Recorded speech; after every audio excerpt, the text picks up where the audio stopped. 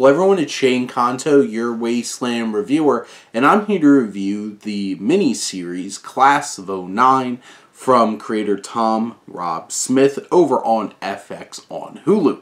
And this particular series focuses on 4 FBI agents who graduate in the Class of '09 from Quantico, who come together after the death of a mutual friend and the advancement of one of their technologies to this Minority Report level pre-crime kind of AI. And it's very interesting because this series has a lot of big ideas.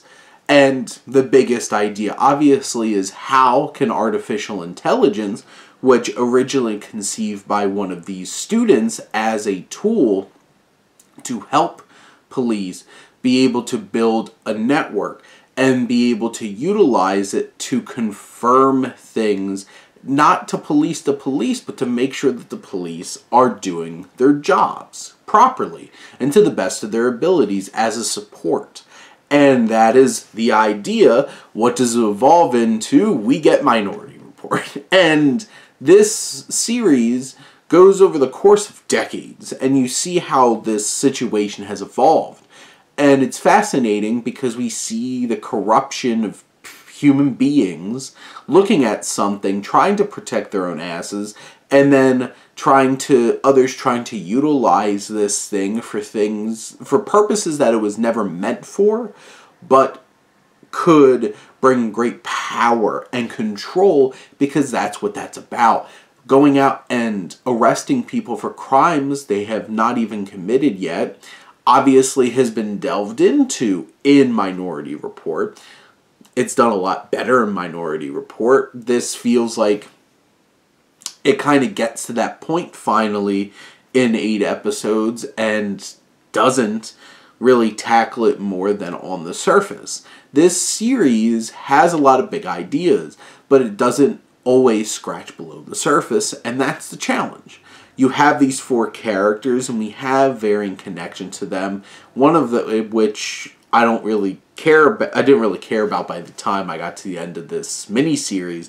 But you have Brian Tyree Henry's Teo, who has such an interesting path to being in charge of this famous organization, Federal Bureau of Investigation.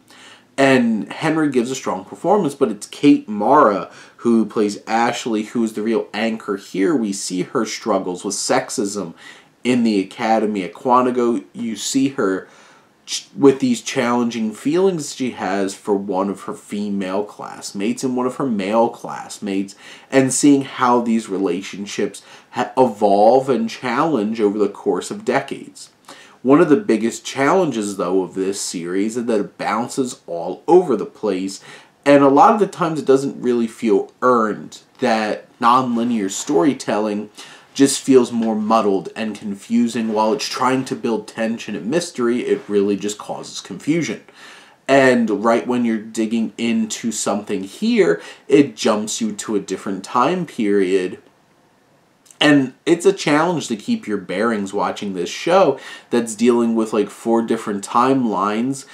It's periods in time with 4 different characters. So you're thinking about each of these characters. You have these different storylines. You're dealing with 16 different paths that you're trying to balance in this show.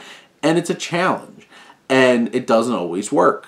But it does deliver a thought-provoking, at times very thrilling, and complex, at least in human emotions, kind of journey that does deliver on some level.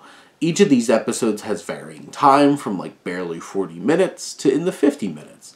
And some of those episodes feel a little long, some of them feel a little rushed. But in the end, I do think this series has its merits.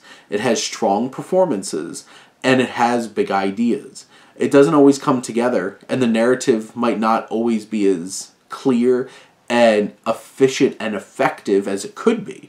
But it does have watchability, and it will make you think a little bit on things, even if you've seen other works do those same ideas better.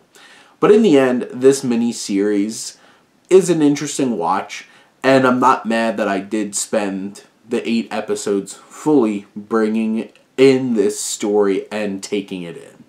But those are my thoughts on Class of '09. Let me know what you think, and let's talk some TV. But thank you as always for tuning in and supporting your Wasteland reviewer.